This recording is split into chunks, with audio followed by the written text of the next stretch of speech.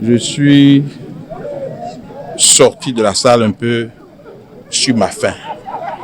Parce que j'ai comme l'impression que on a culpabilisé la jeunesse d'aujourd'hui en se focalisant sur les effets, mais pas sur les causes.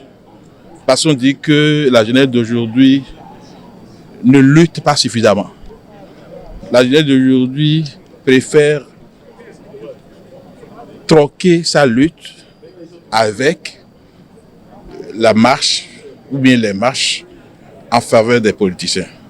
Moi, j'aurais aimé que nos panélistes essayent de nous dire le pourquoi de cet effet, de ce résultat que nous avons. Nous n'avons pas ça. Je disais la dernière fois sur un plateau de télévision que le renouvellement de la classe politique, ce n'est pas le remplacement des vieux par des jeunes, mais c'est le renversement de l'échelle des valeurs. En remplaçant l'immoralité par la moralité, la malhonnêteté par l'intégrité et la traîtrise par le patriotisme. Et j'insiste sur le dernier, la traîtrise par le patriotisme. Traîtrise par rapport à quoi?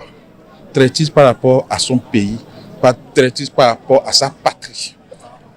Que faisons-nous aujourd'hui pour enseigner le patriotisme à nos jeunes? Pour que, envers et contre tout, le jeune africain, le jeune béninois soit attaché à sa patrie et soit prêt à faire tout ce qu'il a en son pouvoir, advienne que pourra pour défendre sa patrie. On ne dit pas cela. On ne dit pas ça. Que faisons-nous à l'école pour enseigner le patriotisme à la jeunesse? Que faisons-nous? Que faisons-nous pour mettre cette jeunesse à l'abri du besoin? Pour avoir la vertu, il faut un minimum, comment on appelle, de bien-être. Lorsque vous avez le ventre affamé, lorsque vous n'avez pas de quoi manger, de quoi subvenir à vos besoins, vous n'avez pas le temps de penser à votre patrie.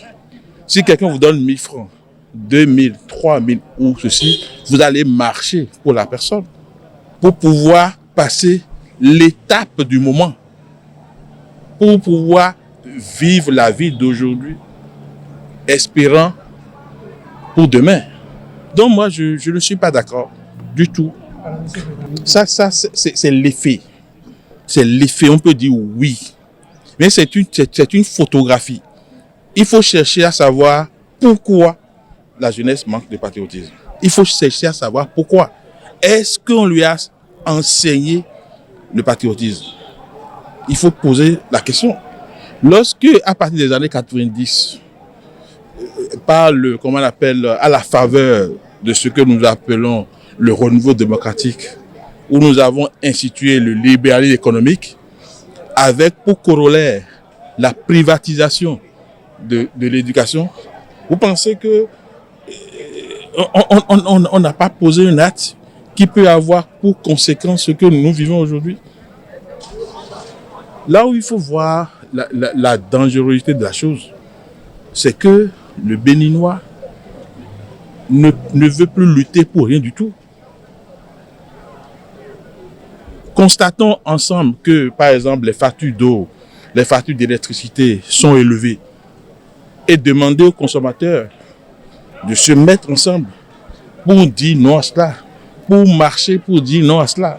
Ces mêmes consommateurs que vous voulez défendre, ils vont demander combien vous allez leur donner pour qu'ils puissent se mettre dans la rue, pour revendiquer, pour que ces factures d'électricité, ces factures d'eau qui sont à leur charge puissent diminuer de prix. Donc si nous en sommes arrivés à un niveau où la jeunesse de notre pays n'est même pas en mesure d'aller lutter pour avoir une amélioration de ses propres conditions de vie, il faut bien se poser la question.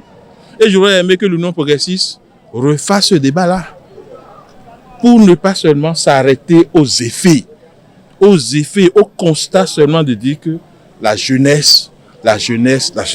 Moi, je ne suis plus tellement jeune aujourd'hui parce que j'ai participé aux luttes estudiantines dans les années 90. Et je sais que l'argent ne jouait pas tellement de rôle dans le militantisme.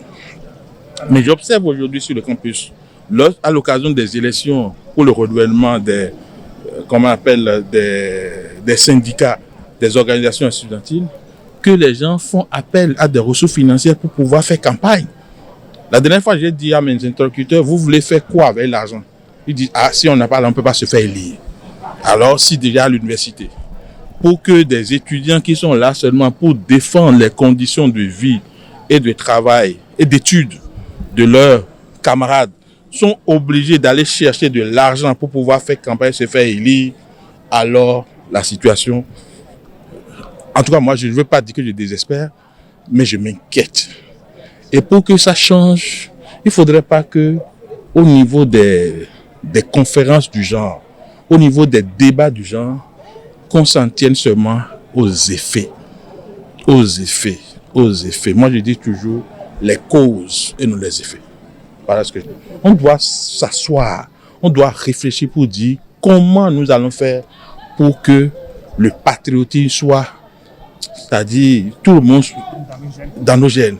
Et lorsque j'ai entendu dans la salle que, bon, certaines choses, lorsque je compare le Bénin à d'autres pays, on peut dire que c'est pire ici. Hein.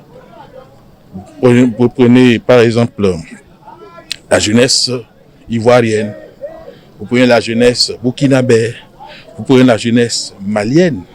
On ne peut pas dire que les conditions de vie économique de ces jeunesses-là sont différentes.